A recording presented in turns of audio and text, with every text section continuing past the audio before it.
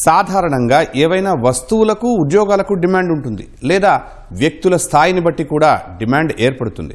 సందర్భాలను బట్టి అది పెరగొచ్చు, తగ్గొచ్చు. కానీ ఒక నెలకు కూడా డిమాండ్ ఉందనే విషయం ఎంతమందికి తెలుసు? ఆ నెలలోనే చాలా వస్తువులకు డిమాండ్ పెరగడాన్ని ఎప్పుడైనా గమనించారా? ఇంతకీ అది ఏ నెల అని ఆలోచిస్తున్నారా? అదేనండి, 6వ నెలైన జూన్. చాలామంది వ్యాపారులు ఈ మాసాన్ని బిజినెస్ మంత్గా పిలుస్తారు కూడా. ఎందుకంటే మిగతా నెలలతో పోలిస్తే జూన్ మాసంలో చాలా వ్యాపారాలు ఆశించిన దానికంటే ఎక్కువగా జరుగుతాయి. చాలా దుకాణాలు విక్రయందారులతో కిటకిటలాడుతాయి. అందుకు ప్రధాన కారణం ఈ నెలలోనే విద్యాసంస్థలు ప్రారంభం కావడం. విద్యార్థులంతా వారికి అవసరమైన వస్తువులన్నీ జూన్లోనే కొంటారు. మరి ఈ బిజినెస్ మంత్లో జరిగే వ్యాపారాలు ఏమిటి, అవి ఏ స్థాయిలో జరుగుతాయి అనే అనేక విషయాలను ఈ కథనంలో చూద్దాం.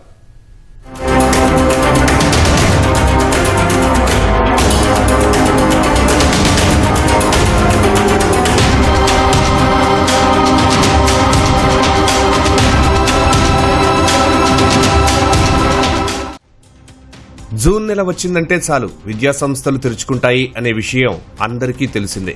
కానీ వాటితో పాటు చాలా వ్యాపారాలు భారీ స్థాయిలో జరుగుతాయి. ఎందుకంటే స్కూళ్లకు వెళ్లే విద్యార్థులకు పలక, బలపం మొదలు పుస్తకాలు, పెన్నులు, బ్యాగులు, బట్టలు సహా అనేక వస్తువులు కొనాల్సి ఉంటుంది. దీంతో వాటికి సంబంధించిన వ్యాపారాలన్నీ ఒక్కసారిగా ఊపందుకుంటాయి. మిగతా నెలల్లో బిజినెస్ బాగుండదా అంటే జూన్ నెలతో పోలిస్తే చాలా తక్కువగా ఉంటుంది. అందుకే ఈ నెలలోనే బుక్స్, బ్యాగ్స్ సహా అనేక వస్తువుల ధరలు 5 నుంచి 10% పెరుగుతాయి. కొన్ని చోట్ల డిమాండ్కు తగ్గట్లు ధరలు పెంచుతారు. దీంతో జూన్ నెల అత్యంత ఖరీదుగా, ఎన్నో వ్యాపారాలకు అనువుగా మారిపోతుంది.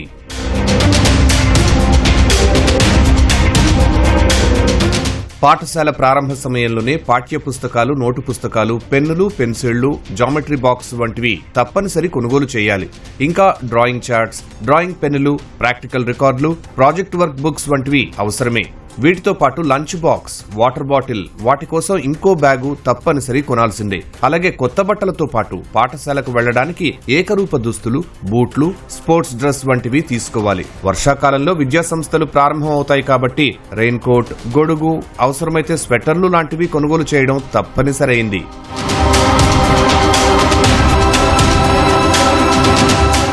అయితే పలు ప్రైవేటు విద్యాసంస్థలు స్టూడెంట్స్ కు కావలసిన అన్ని వస్తువులను ఒక కిట్లో సమకూర్చి తల్లిదండ్రులకు విక్రయిస్తున్నాయి. అన్నీ ఒకే దగ్గర లభిస్తుండటంతో ధర ఎక్కువైనా సరే పిల్లల భవిష్యత్తుకు ఇదో పెట్టుబడిగా భావించి కిట్ కొనుగోలు చేస్తున్నారు పేరెంట్స్.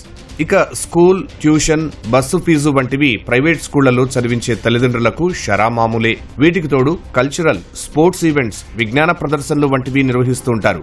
వాటిని కూడా ఈ నెలలోనే వసూలు చేస్తారు. ఇక ప్రాథమిక విద్యాభ్యాసం పూర్తి చేసుకుని కాలేజీకి వెళుతున్న విద్యార్థులు తమకు mobile phone, ear phones, watch తో పాటు ల్యాప్టాప్ వంటి ఎలక్ట్రానిక్ గ్యాడ్జెట్స్ కావాలని తల్లిదండ్రులను అడుగుతారు. వీటితో పాటు 3-4 జతల బట్టలు, 1-2 జతల షూస్ తీసుకుంటారు. బస్ పాస్, ఐడి కార్డ్స్ వంటివి అదనపు ఖర్చులు. ఇంకా ఎన్ని రోజులు హాలిడేస్ అనేసి, ట్రిప్స్ అనేసి అది ఉంటుంది. జూన్ స్టార్ట్ అయినాక ఇంకా స్కూల్ ఇంకా పుషింగ్ ఉంటుంది కదా, వాళ్ళ పిల్లలు మనని పుషింగ్ చేస్తారు కాబట్టి ఈ మంత్లో స్టార్ట్ అవుతుంది. సరే, మనం సైడ్ అమౌంట్ చిటీస్ కానీ ఏదైనా ఇస్తాం కదా, వాళ్ళ కోసం అంటే కంపల్సరీ మనం ఒకటి ప్రొవైడ్ చేసుకొని పెట్టుకొని చేస్తాం. మనం ఎడ్యుకేషన్ వాళ్ళకి ఇప్పుడు మనం ఎంత మంచి చేస్తే వాళ్ళ ఫ్యూచర్ అంత బాగుంటుంది. మనం ఇప్పుడు దానికి పెట్టలేకపోతే వాళ్ళ ఫ్యూచర్ మళ్ళీ దెబ్బతింటుంది కదా. 30,000 దాకా వాటికే అవుతుంది, బుక్స్కి 25-30 వరకు వాటికే అవుతుంది. ఇక సేవింగ్స్, లోన్లు తీసుకోవడం, గోల్డ్ లోన్ లేదా ఇంట్రెస్ట్కి తీసుకోవడం అలా అరేంజ్ చేయాల్సి వస్తుంది. ఎక్కువ కావడం వల్ల స్కూల్ ఫీజు, బుక్ల రేట్లు చాలా ఎక్కువ ఉన్నాయి. విద్యా సంస్థలు తెరుచుకోవడంతో బుక్ స్టాళ్లు, స్టేషనరీ, జిరాక్స్ సెంటర్లకు మంచి గిరాకీ వస్తోంది. ఏడాది పొడవునా అంతంత మాత్రంగానే ఉన్న స్కూళ్ల ఓపెనింగ్ తో ఒక్కసారిగా వ్యాపారాలు ఊపందుకున్నాయి. విద్యార్థుల అభిరుచులకు అనుగుణంగా ఆకర్షణీయంగా ఉండే వస్తువులను దుకాణదారులు సిద్ధం చేస్తారు. దీంతో కాస్త ధర ఎక్కువైనా సరే పిల్లలు మారాన్ చేస్తుండటంతో తల్లిదండ్రులు తప్పనిసరిగా వాటిని కొనుగోలు చేస్తున్నారు. దీంతో స్టేషనరీ దుకాణాల వ్యాపారం జూన్ మాసంలో ఊహించని దానికంటే ఎక్కువగానే నడుస్తోంది. అవి స్కూళ్లు, కాలేజీలకు దగ్గరగా ఉంటే గిరాకీ ఊహించిన దానికంటే ఎక్కువగానే ఉంటుంది.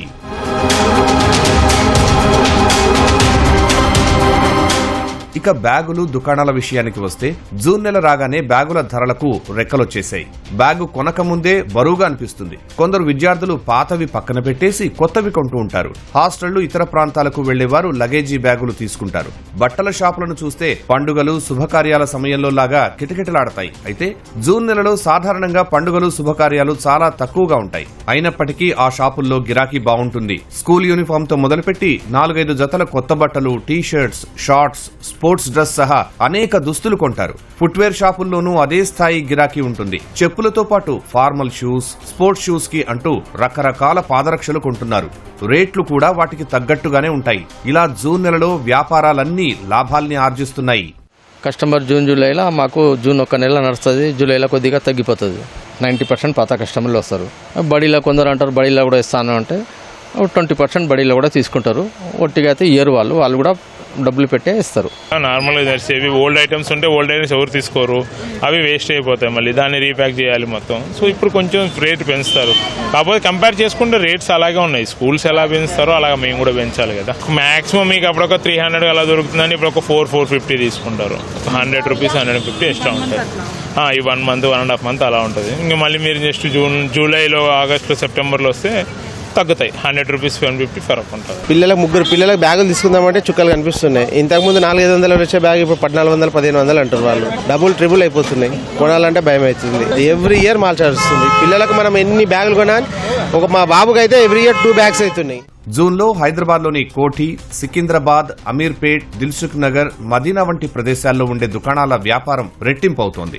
బట్టల షాపులు, స్టేషనరీ, ఫుట్వేర్ వంటి వ్యాపారాలు ఒక్కసారిగా ఊపందుకున్నాయి. ఒక్క కోఠిలోనే 250కి పైగా పుస్తకాల దుకాణాలు ఉన్నాయి. అక్కడ దొరకని పుస్తకమంటూ ఉండదు.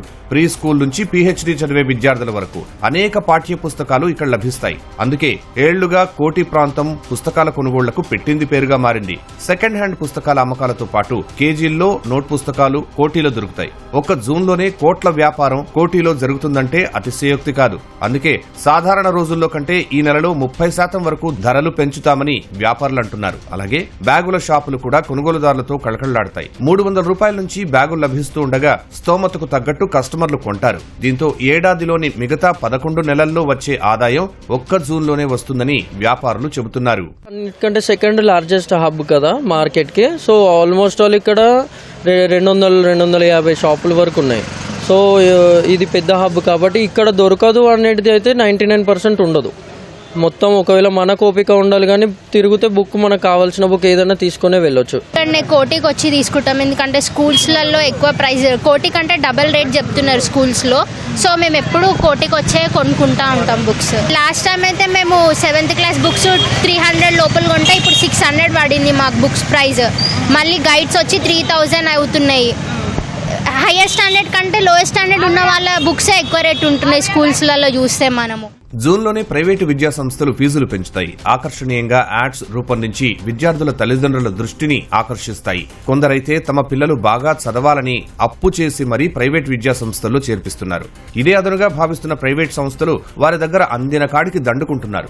ఏటికేడు ఫీజులు పెంచుతున్నారు. ఇక డొనేషన్లు, కల్చరల్, స్పోర్ట్స్, సైన్స్ ఈవెంట్స్ వంటి ప్రత్యేక కార్యక్రమాలు అంటూ లెక్కలేనన్ని డబ్బులు ఖర్చు చేయాల్సి వస్తుంది. CBSE, ICSE, IIT, techno school, international స్కూళ్ల పేరుతో స్కూలు భవనాలకు రంగులద్ది ఎక్కువ మంది స్టూడెంట్స్ ని చేర్చుకుంటున్నారు. పిల్లాడు చదివేది 1వ తరగతే అయినా గ్రామాలు, పట్టణాలు, నగరాలు ఇలా ప్రదేశాలను బట్టి వారి ఫీజు పెరుగుతుంది. బస్సు సౌకర్యం, ట్యూషన్ ఫీజుల మోతా మొదలవుతుంది. కొన్ని ప్రైవేట్ విద్యా సంస్థలైతే తమ దగ్గరే ఏకరూప దుస్తులు, పుస్తకాలు సహా స్టేషనరీ వస్తువులు కొనుగోలు చేయాలని ఒత్తిళ్లకు గురిచేస్తుంటాయని నిపుణులు చెబుతున్నారు.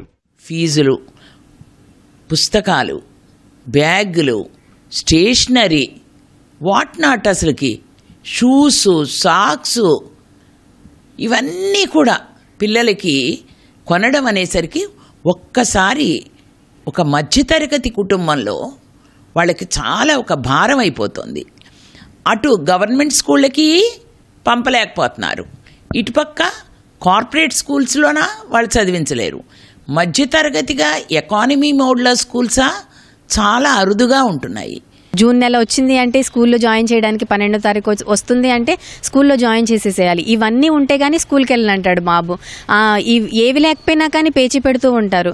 ఇలాంటి పరిస్థితుల్లో చిన్న చిన్న జీతాలు 20,000 30,000తో కూడా ఉన్నా కానీ మనం పరిస్థితి ఇలా ఉంది, పిల్లల్ని మంచిగా చదివించుకోవాలి అనేసి మనం ఆలోచిస్తూ ఉంటాం.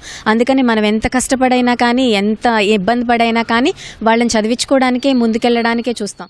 కాయిన్కి రెండు వైపులు ఉన్నట్లు జూన్ నెలలో వ్యాపారాలు లాభపడుతున్నాయి. వాటితో పాటు తల్లిదండ్రుల ఖర్చులు పెరుగుతున్నాయి. పుస్తకాలకే దాదాపు 10,000 వరకు ఖర్చు చేయాల్సి వస్తోంది. ప్రైవేట్లో చదివే విద్యార్థులకు ఏటా 20,000 రూపాయల నుంచి 1,00,000కు పైగా ఫీజులుంటున్నాయి. విద్యార్థి గ్రేడ్, స్కూల్ ని బట్టి ఫీజులు మారుతూ ఉంటాయి. అదే కాలేజీలైతే 10,000 రూపాయల నుంచి ఫీజు మొదలవుతోంది. మెడిసిన్, ఇంజనీరింగ్, డిప్లొమా విద్యార్థుల ఫీజులు వీటికంటే ఎక్కువగా ఉంటాయి. పేద, సామాన్య, మధ్యతరగతి వారిపై సంపాదనకు మించిన భారం పడుతోంది. ఏటా తల్లిదండ్రుల జీతం ఎంత పెరుగుతుందో తెలియదు కానీ విద్యార్థుల ఫీజు మాత్రం ఏటా పెరుగుతూనే ఉంది.